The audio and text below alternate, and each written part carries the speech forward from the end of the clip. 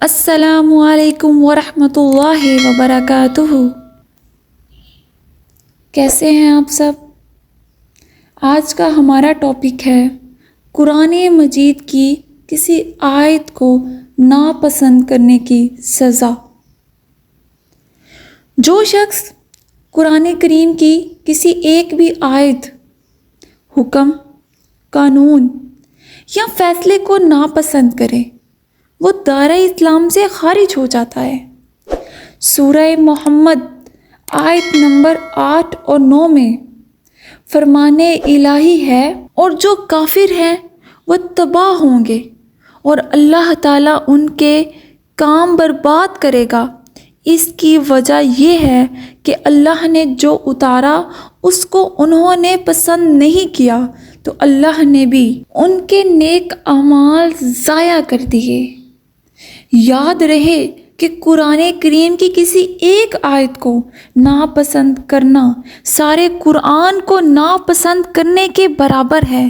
کسی آیت کے حکم کو ناپسند کرنے کی ایک صورت تو بلا واسطہ ہے، مثلا کوئی شخص حجاب کی آیت یا حکم کو ناپسند کرے۔ اس کی دوسری صورت یہ ہے کہ کوئی شخص براہ راست حجاب کو تو برا نہ کہے، لیکن کفار کے ہاں رائج بے حجابی کو حجاب سے بہتر سمجھتے۔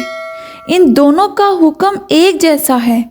مسلمان کو ایک اور بات یاد رکھنی چاہیے کہ قرآن مجید کی کسی ایک آیت، ایک حکم، ایک قانون یا ایک فیصلے کو بھی ناپسند کرنا سارے قرآن مجید کے احکام، قوانین اور فیصلوں کو ناپسند کرنے کے برابر ہے۔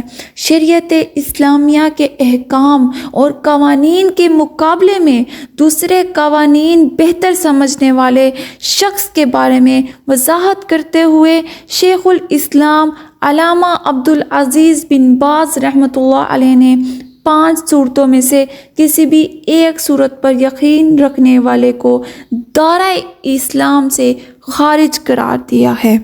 نمبر 1، جو شخص یہ سمجھتا ہے کہ انسانوں کے وضع کردہ قوانین اور نظام حیات اسلامی شریعت سے بہتر ہے یا ان کے برابر ہے یا ان کے مطابق فیصلے قبول کرنے جائز ہیں، وہ دائرہ اسلام سے خارج ہے۔ وہ شخص جو یہ سمجھتا ہے کہ 20ویں صدی میں اسلام پر عمل کرنا ناممکن ہے یا مسلمان کا اسلام پر عمل کرنا مسلمانوں کی پسماندگی کی باعث ہے، وہ بھی دائرہ اسلام سے خارج ہے۔ تیسرا، وہ شخص جو یہ کہتا ہے کہ چور کا ہاتھ کاٹنا یا شادی شدہ زانی کو سنگسار کرنا عصر حاضر میں مناسب نہیں، وہ بھی دائرہ اسلام سے خارج ہے۔ نمبر 4، وہ شخص جو یہ سمجھتا ہے کہ دین اسلام بندے اور رب کے درمیان ذاتی تعلق تک محدود ہے اور زندگی کے دیگر مسائل سے اسلام کا کوئی تعلق نہیں، تو وہ بھی دائرہ اسلام سے خارج ہے۔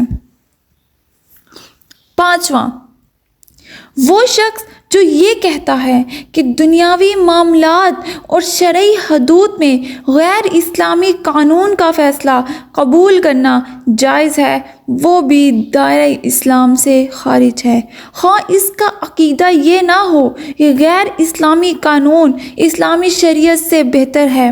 امر واقعہ یہ ہے کہ دین کا معاملہ بڑا نازک ہے۔ یہ کوئی کھیل تماشا نہیں کہ محض اپنے پسند یا ناپسند کے مطابق کسی حکم پر عمل کر لیا جائے اور کسی کو ترک کر دیا جائے یا کسی کو اچھا سمجھ لیا جائے اور کسی کو برا کہہ دیا جائے۔ سورۃ البقرہ آیت نمبر 208 میں اللہ تعالیٰ کا یہ مطالبہ ہے۔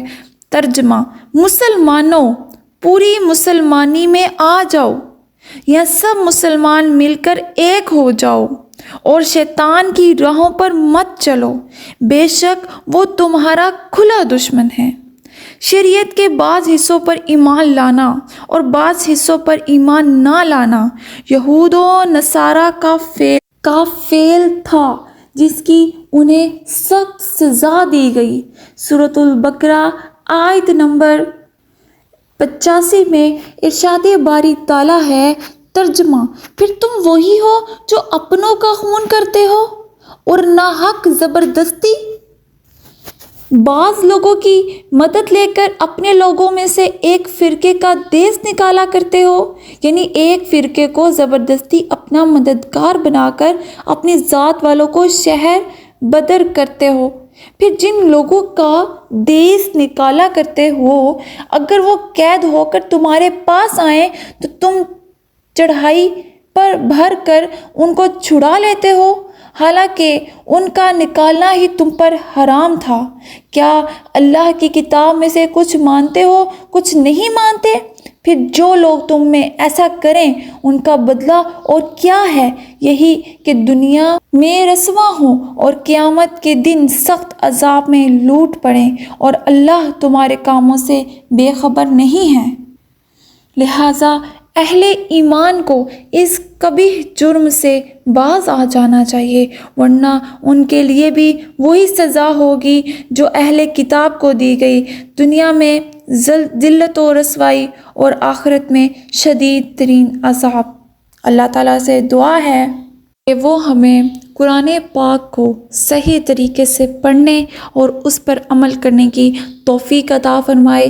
آمین ثم آمین یا رب العالمین۔ السلام علیکم ورحمۃ اللہ۔ الله يا الله عبدك يلبي نداك